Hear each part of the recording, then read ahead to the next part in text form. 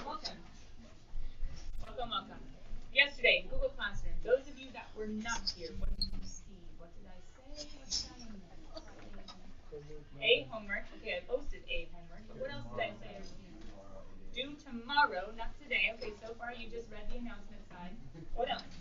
Well, what about my comments? What about my pictures and my attachments? Let me go check that out. Nobody? Come on, someone looked at it. I just looked at formulas, Yeah, sub like review, our museum. pre-cal review. Rough. Huh? Pre-cal review and trig sub review. Okay, pre-cal. Okay, so we're reading the pictures. So the pictures that I did, there was a pre-cal review problem. There was a trig sub review problem, and then there was some formulas picture. What did I say? All right, Janelle, you're there. What did I say? Parametric differentiation. Oh wait, no. Comment. Let me see. I don't see a comment. Oh wait, never mind. In class today, I gave a few hints and let everyone who was here basically have a work day getting ahead on this homework. We will take notes on the basics tomorrow all together. I'm attaching those hints because I figured most of you wouldn't check out the video anyway. Miss D.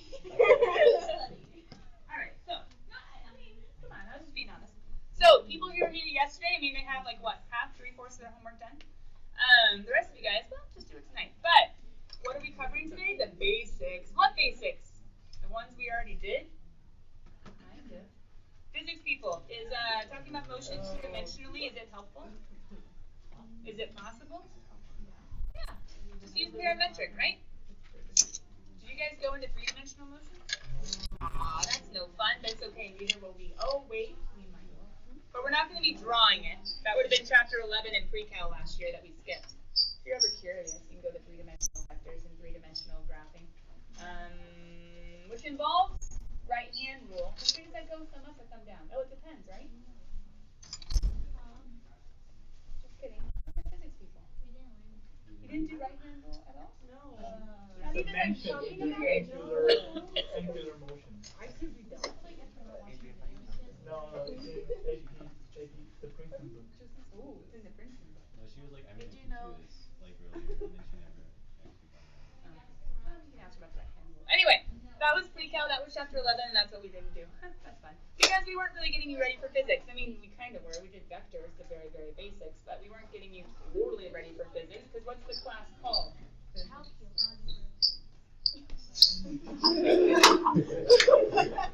That is a thing.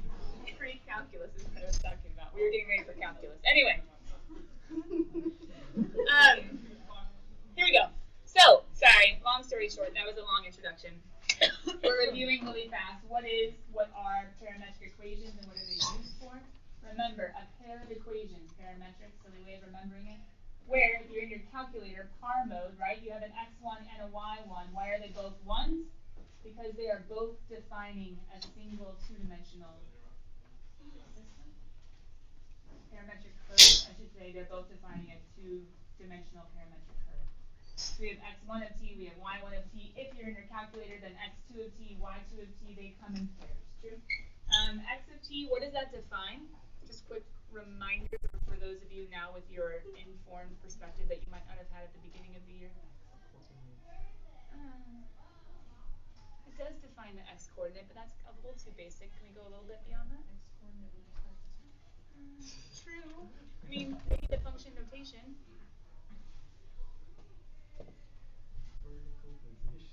No, x is not vertical position. Horizontal. Ah, there we go. Thank you. I just read that. Can we say the horizontal component of position?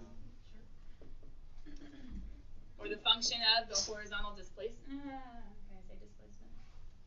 Not my favorite. But we have the horizontal component and the vertical component, right? We are talking about, with parametric equations, horizontal change and vertical change. Therefore, unlike last year, remember this means from the beginning of the year, but it's been a few months, true? And a few like life world circumstances later. Last year, right? What kind of motion could we do? If I was throwing this pen and we were trying to model it last year, what could I do? Could I release this with an initial velocity? Yes. Would gravity be able to act on it? Yes. But what could I not do and technically still model it last year? I can have it go up, I can have it go down, but it should not go out. Because all we did last year was rectilinear motion, one-dimensional motion, straight up, straight down. So those people that were on buildings and throwing things off, it was never throwing out. It was always a straight up, straight down. Why would they hit the building? Okay, they were on their stomachs, they were leaning out, and I don't know. But anyway, all we could deal with last year was one function, and one function could only define up and down or particle on the x-axis, as the AP likes to say, right and left. That's it. But this year, it can go out now.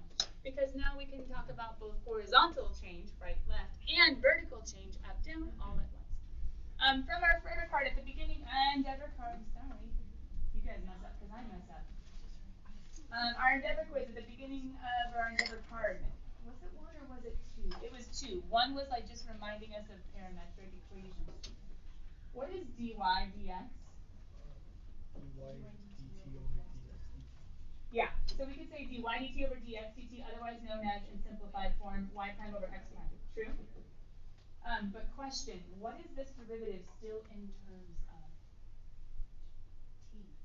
Still in terms of t. So when you're in the second section of homework and when you're trying to find derivatives and first derivatives, you will be talking about derivatives in terms of t, but discussing the slopes of tangent lines on a path. Now wait a minute, if it's in terms of t, then just reminding you of why the formula is what it is. I know I should be doing this in green because technically it's all review.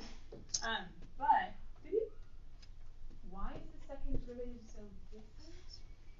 How do we normally find a second derivative? Derive, but what is this in terms of? So I would need to take d dt to go another derivative of my y prime over x prime. We could show dy dx. I don't mind showing it like that. But when I take the derivative, don't I technically get d squared y over dx dt? That's not right.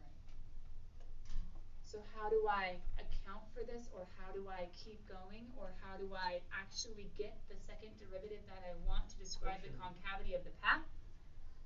I need to divide by another dx dt, which will, in essence, multiply by a dt dx, which will get me, my d squared y over dx squared. Dun, dun, dun, dun, dun. So why is the formula what it is? Because I have to take a derivative, and because of this being in terms of t, I have to include or additionally do an additional, I apologize. Also, do an additional division by an x prime. What do you think is one of the most common mistakes when finding a second derivative on an AP of a parametric equation? That right there. Is this going to be one of the answer choices? Yeah, it is. Is that going to be the right answer choice, dividing it by an additional x prime? Yes. Beware. Beware. Why does something smell like bacon? That's not fair. Popcorn. It smells like popcorn. That's not fair. From right over there, it smells like bacon. Bacon. Hey, guess what? Google Classroom. Hey, guess what? Google Classroom. Wishful thinking. Okay, I can smell the popcorn. Close. Okay. Bacon popcorn. What? Okay, so over here. That would be way salty. Unless it was like reduced turkey bacon that had like no salt, that's kind of a bummer. But it still tastes good. Coming back, if it was like little chunks and it was really crispy. No chocolate. No, I'm not a total bacon person. I definitely like my savory bean savory and my sweet bean sweet. You don't like chocolate? What do you like? Chocolate bacon? Pineapple on pizza. No. I do like pineapple on pizza. That's different. That's sweet. You Okay. like pineapple on sorry. pizza? I'm thinking like ice cream. Okay, come back. Although cupcakes, like the maple. Wait, how did we get this covered? Oh wait. Hey guys, this is the picture that's in your Google Classroom that's with the assignment. It's a reminder of dy dx. It's a reminder of the second derivative with the additional divide by x prime. I don't love the way they wrote it, but I threw it in there. But what's the one that we need to make a new endeavor card? Because that's already done. That's endeavor number 2. This guy. This guy is endeavor number, we didn't figure it out yesterday. We weren't necessarily taking notes. We were just looking at what we needed for our homework. What are we on? 29. 31. I lied. I literally guessed. Speaking of which, those of you guys who have not updated your endeavors since endeavor number 6, or 5 or 4 or 3. It will be a homework packet grade, so you may as well do it now. It will be a homework packet grade at some point just because I think you should write them out. What? That's silly. We should just, okay, if you want to write them out in an electronic format on a tablet and make sure it's your own unique handwriting and not someone else's formula card pre-cal 2 years ago, then maybe I will take like an electronic version that you do on some sort of like slideshare thing. But I want the actual handwriting motion. So why not just do it in the Endeavor cards you're supposed to have for my class anyway, instead of bringing me a tablet and saying, look, I hand wrote them all. Double checking, is 31 not right? Oh no, I was asking. Oh, it's a question. Sure. Beautiful. Don't get lost. I can't see. Oh, let me zoom in. But it's the same one that's in the picture that's in your Google Classroom, just in case you want to you would rather pull it up there. This is an arc length. Wait a minute. Arc length, we've already done that. Yeah. Of a one-dimensional system or a one-dimensional function. Well, one-dimensional. No, it wasn't. It was two-dimensional. But not with respect to an additional variable time, an additional parameter, aka parametric equations. Now, this one was one that yours was asking about a little bit yesterday.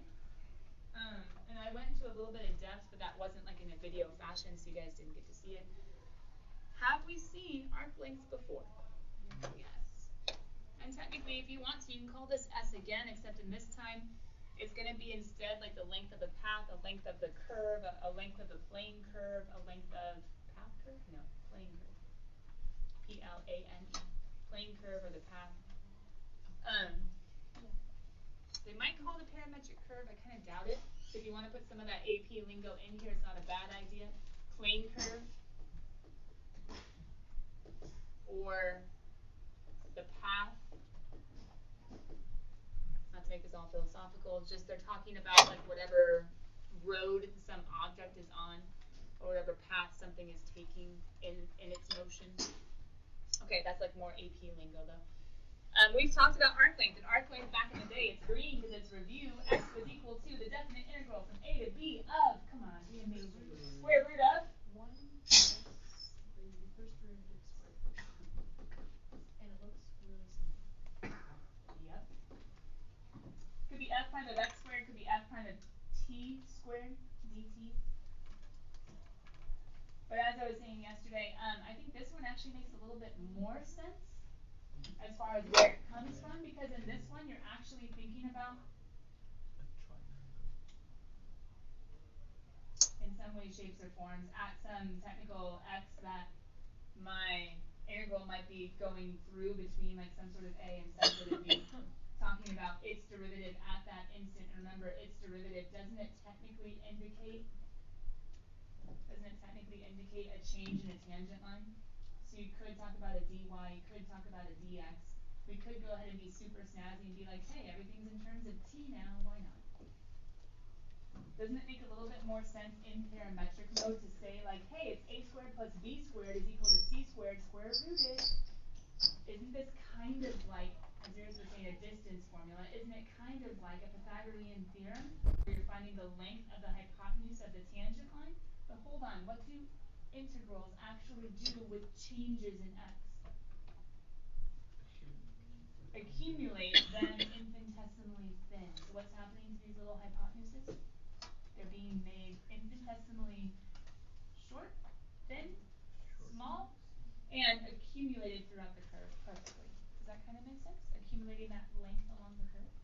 I think it actually makes more sense in parametric than it does in the original. In the original, let's see, what did we have to do? In the original, we would have to make this, can I just play with this guy?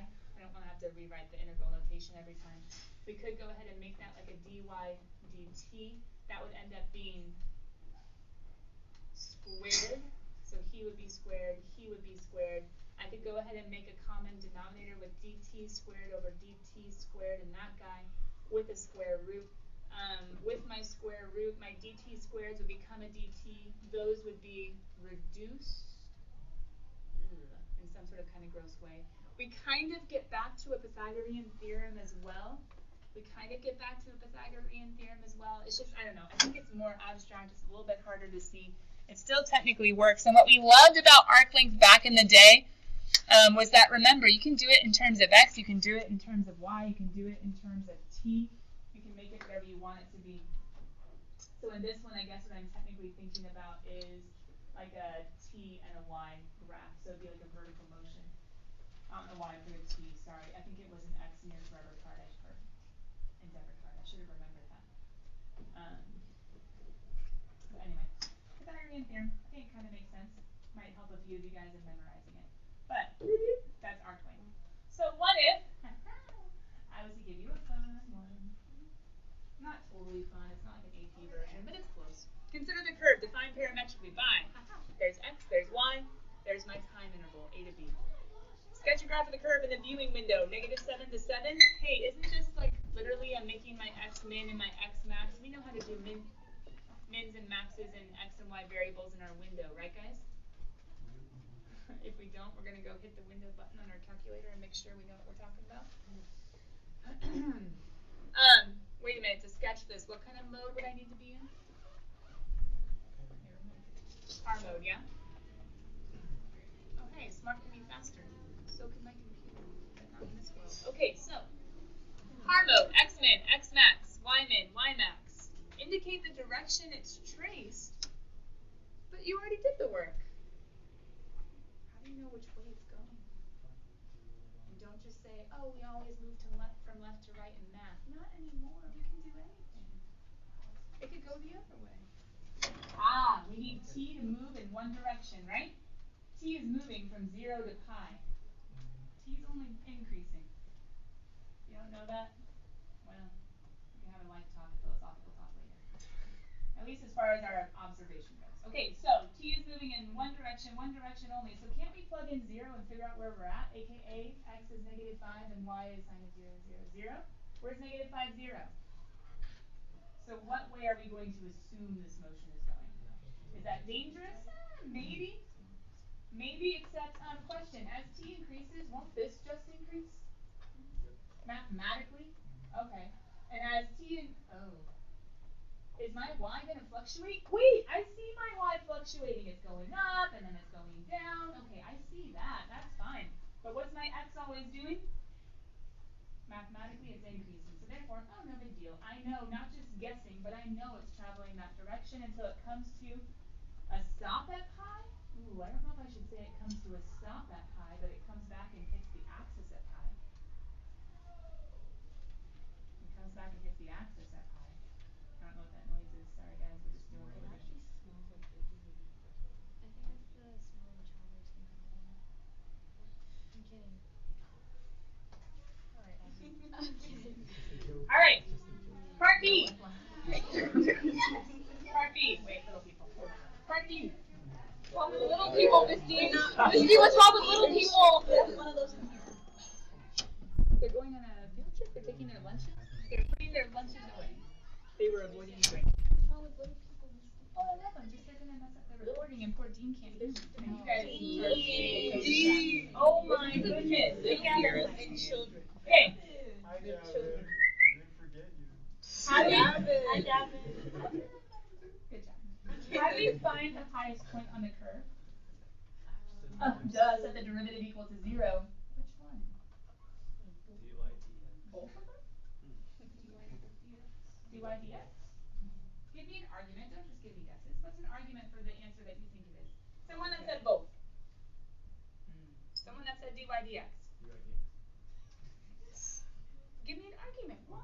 Because the max is when dy dx is 0. Why? No, because this can be seen as a function. Okay, so it can be seen as a function. Yeah, just regardless of the what they call direction. Regardless of the direction, you can still find the absolute. You mean regardless of the time, like the parameter? Yes. Okay. So we're looking at this Curve. path, this curve, not really caring about the time, only caring about where the curve has a slope of 0. Okay, so that could be one argument for dy dx is equal to 0. But why in my head, thinking in physics, why was I thinking, why not just y prime equal to 0? You're only caring about the y direction. It's a change in signs of the vertical motion, right? The highest point will be when the vertical motion goes from positive change to negative change, from rising to falling. What's x doing the entire time? My horizontal is always increasing. So what's dx dt going to be the whole time? My dx dt is going to be positive the whole time because it keeps on moving right even as it's at the top of its motion. However, are those of you guys wrong when you said dy dx? No, because isn't that y prime over x prime? So when dy dx is 0, y prime is also 0. Because we could always think of that and be, okay, don't set x prime equal to 1, don't do that. It could be anything. But you see what I mean? X prime has no bearing on this 0, only y prime does. So were we both right? Yeah. Just my way is a bit more physicsy, but that's okay. Alright, so you guys were a bit more calculusy. That's okay. We end up at the same place. Y prime is equal to 0. X prime doesn't make a difference. Now, could there be a place or a time when x prime and y prime do both need to be 0? Yes, but will that also be when dy dx is 0? Maybe. Really? Try putting in 0 over 0 to your calculator. In a limit, we say keep going, but is 0 over 0 an actual number? No. Doesn't exist. Huh. Muy interesante. Alright, so coming back. Y prime equals 0 when? X equals to pi 2. No. T is equal to? When is cosine equal to 0? It's going to happen a lot? Oh, wait. Only between 0 and pi? So when does this one happen? At pi over 2. So does that mean that this keeps going and has more leveling off, or does that mean this comes back around and then keeps on having leveling off places? I don't know. We didn't keep graphing because we didn't need to. So this is going to occur at t equals pi over 2. Is that my final answer? Yes. No. Oh, point. Isn't this a when? This is a when. What does it want? The highest You point. see how things start to get interesting? We have the when, but we don't have the where. How would we have the where? We need to figure out what x is there, and we need to figure out what y is there. Ooh, motion is going to get a bit interesting. Because we don't just have a where x and a where y, we have a when t. Even better, in CalcB, we had a where x with a when t or a where y with a when t. We had two variables, like t and x of t, or like y and t, y of t. We didn't have all three. So we could just plug and shove, no big deal, and we could find it, right? How about letter C?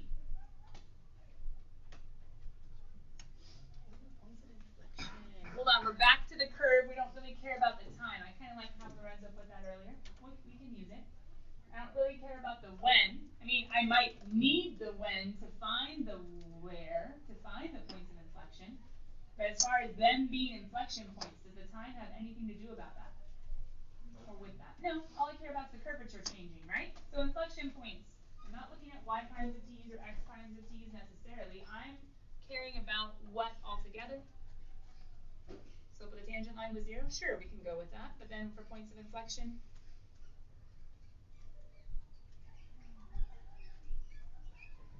Second derivative. So d squared y all over dx squared. Which we already have. Oh, we don't. We didn't have to find the whole thing. Wait a minute. Wouldn't this have been this guy up here? That's my dy dx. That's my y prime over my x prime. How do I find the next derivative? Remember, only the top really mattered. How do I find my next derivative?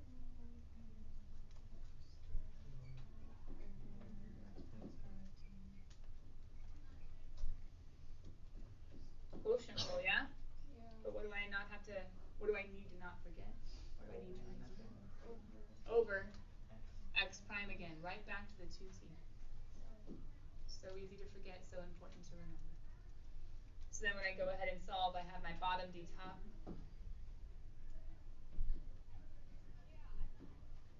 minus top d bottom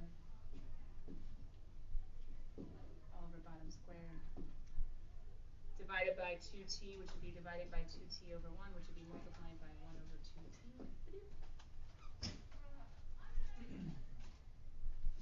For those of you guys that like the ratio test, how we did a sub n plus 1 all over a sub n, but we ended up multiplying by the reciprocal every time, you could think of something like that with multiplying by the reciprocal of x prime, if that helps in your studying.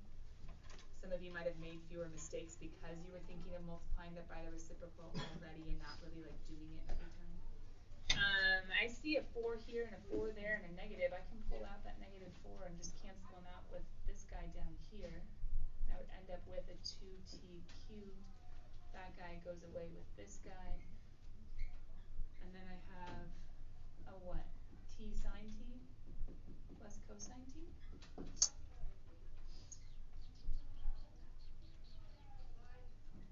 What do I need for points of inflection, guys? 0. Top equals 0 or bottom equals 0. Yeah. Top equal to 0 or bottom equal to 0. What's the dilemma with one of these being 0? If it's 0.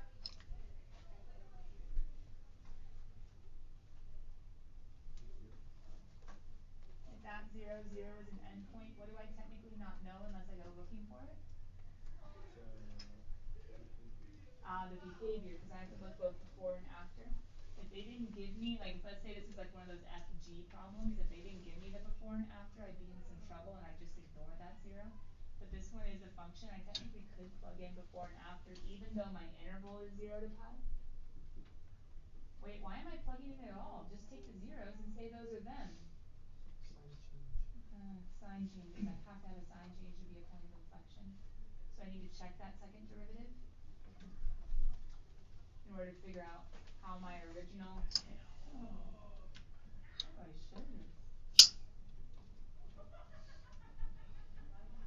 I could do my f of x. I didn't eliminate the parameter. Ooh, eliminate the parameter. Pre-cal review picture on the announcement in case you need to remember for the beginning of homework. Or ask someone who was here yesterday. I could have put x of t, y of t. I just said f of x because I can eliminate the parameter and get the path, I guess. And I could pretty easily by adding the 5 and plus or minus square rooting and then plugging in. Ew, that's gross though. So I have 0. I could technically test before because I can plug in. It's not that like it doesn't exist. I could plug in a negative and I could plug in a positive.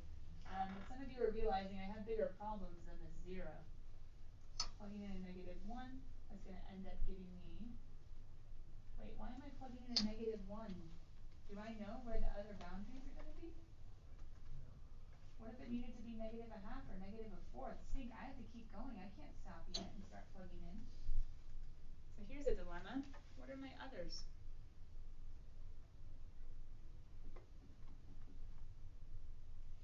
Why are you all silent? What are you seeing? It's okay. Talk it out. For the sign change, can't you just find the y double prime of 2 and then only consider that part instead of finding increasing and decreasing? I don't know if you could determine a change in sign of concavity without checking the concavity on either side. I think you're trying to think of like relative max or min, how we can go to the next derivative, but in this one, we have to actually see a change in sign of the concavity to make it a point of inflection.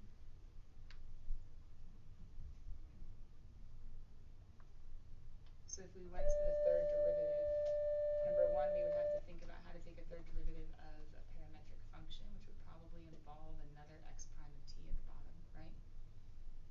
And then if it was a local min or max of the first derivative, there would be a change in increasing to decreasing of the first derivative, which would indicate a point of inflection, and I think you could use that to defend Lorenzo. I think you could if you worded it carefully enough. But what if it was a neither? Or what if it was a the test fails? Then we'd have some issues.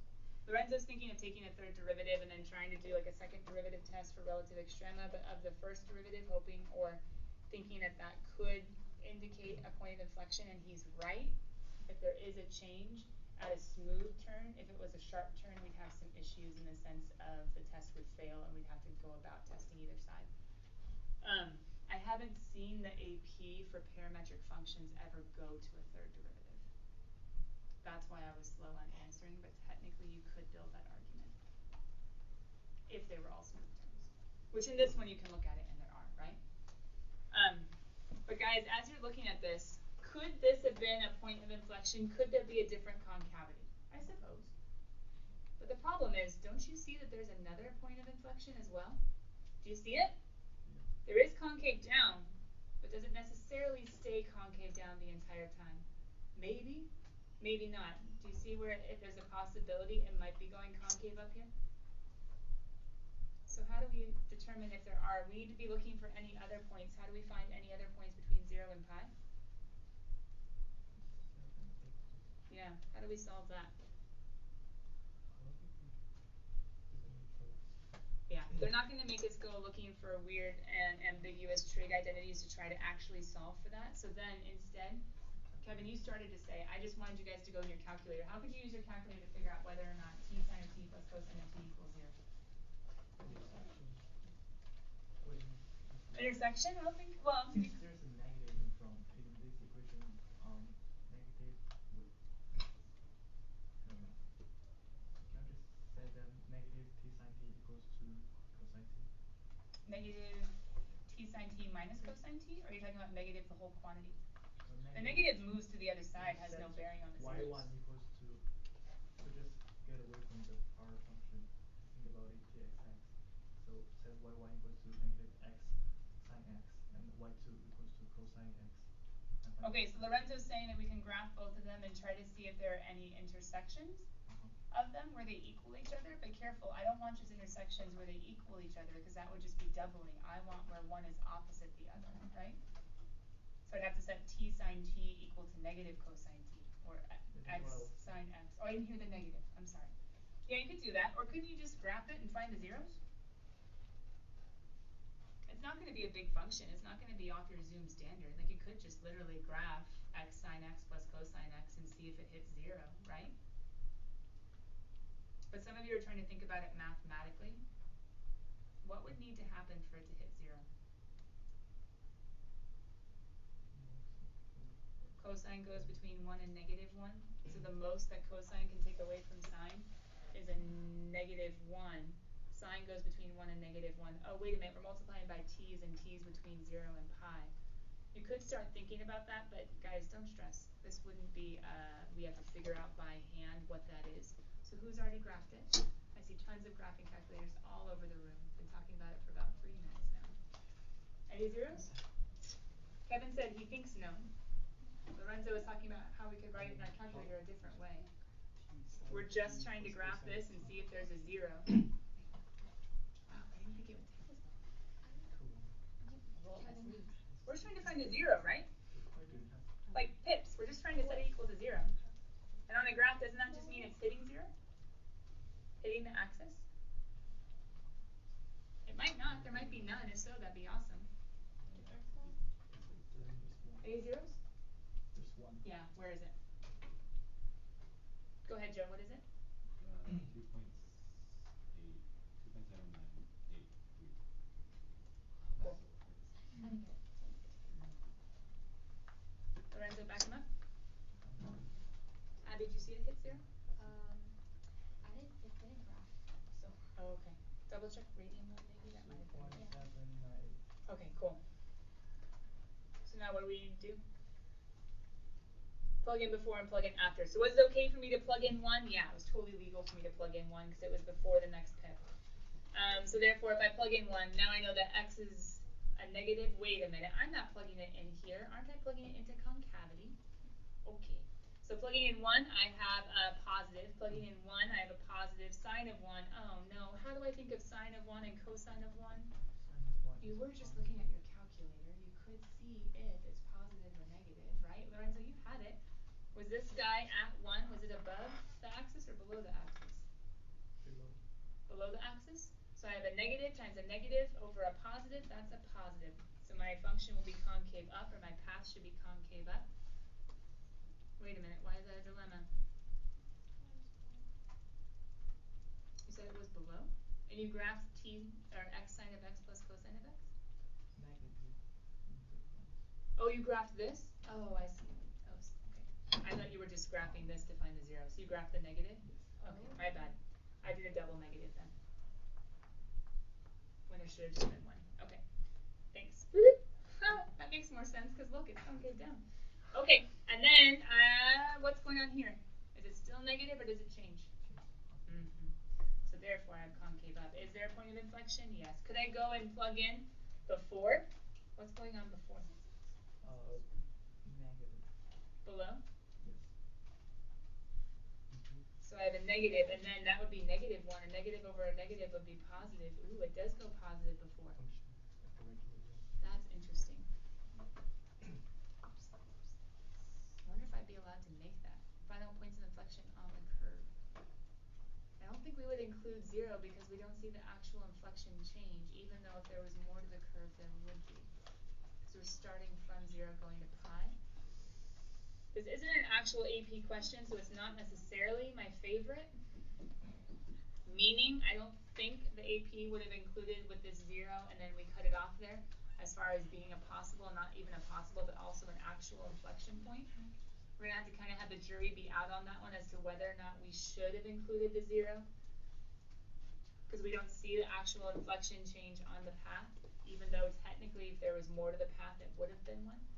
I'm going to keep it here, but here's the problem, guys. That's a T, right? What they actually ask for my ones in the front that can see it? Find the points. Uh-oh. Is this a when or is this a where? That's a when. How do we find the where? Can we go ahead and make this like an A, and then could we have x of A? Remember, you should never use rounded answers. And y of A, could we have saved that or stowed that and then plugged it in and gotten it? Hopefully you would have. Hopefully you would have. Okay, just AP hints, AP tricks, and things to be aware of, especially if it's asking for a where. When we're in parametric mode, we'll be finding the whens, and then we need to plug in for the wheres. And when we plug in to both x and to y. Yeah? Is that like a real yeah? Like you understand? Okay. So we have our length of a parametric curve. You guys have already written it down as endeavor number 3. If you guys notice, these are just like AP prep, AP example type things. Nice thing is, we love these, right, but do not solve. We don't have to go to our calculator, thank goodness.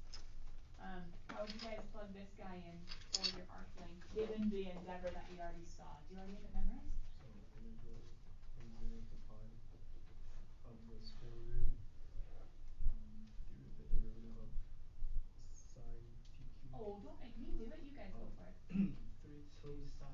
3t cosine t cubed, yeah.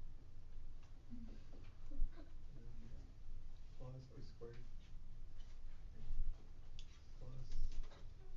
Plus, yeah, it's Pythagorean theorem. Remember, a squared plus b squared. Now what? 5e to the pi cubed squared dt.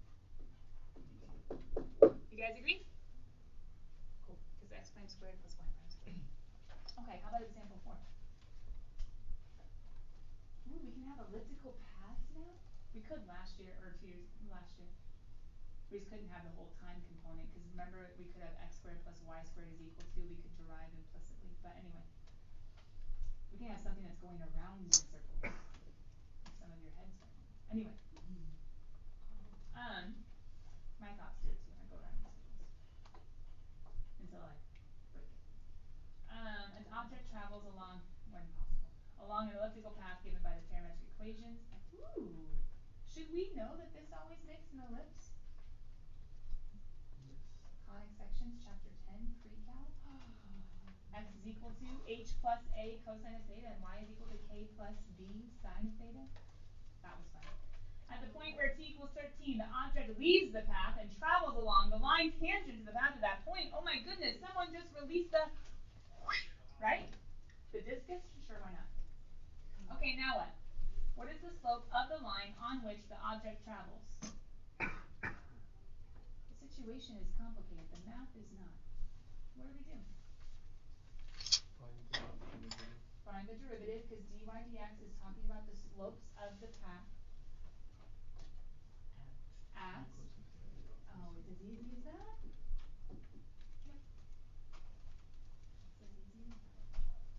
not bad, right guys? Because don't we just need to go ahead and do y prime all over x prime?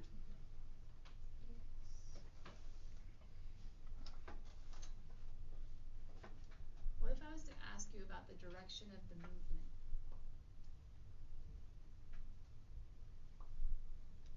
What would you need to figure out?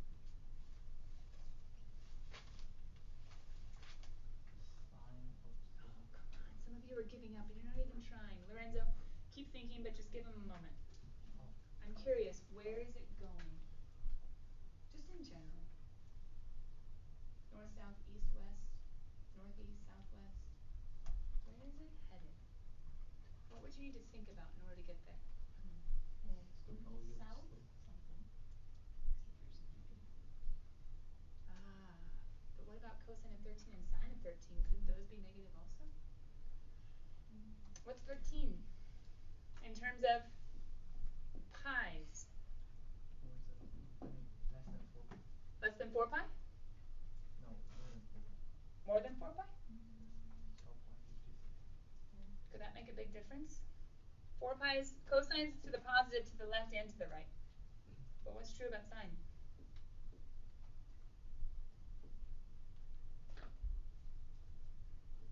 Uh-oh. What would you have to do?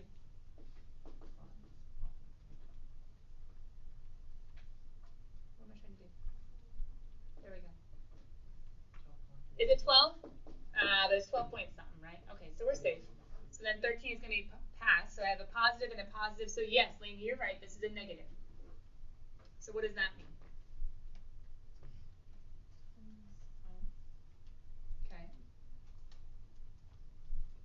Couldn't it be going south?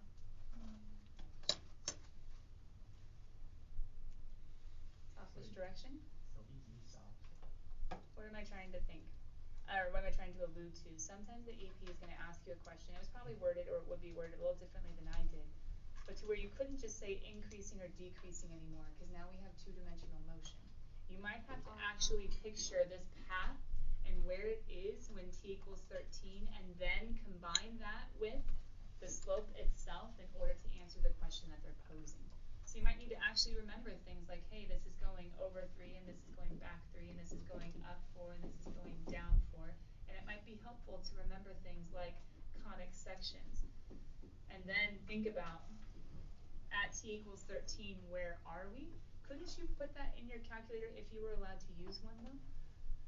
Like 13 is a little random. They might actually allow you to use your calculator on this one because of the 13s.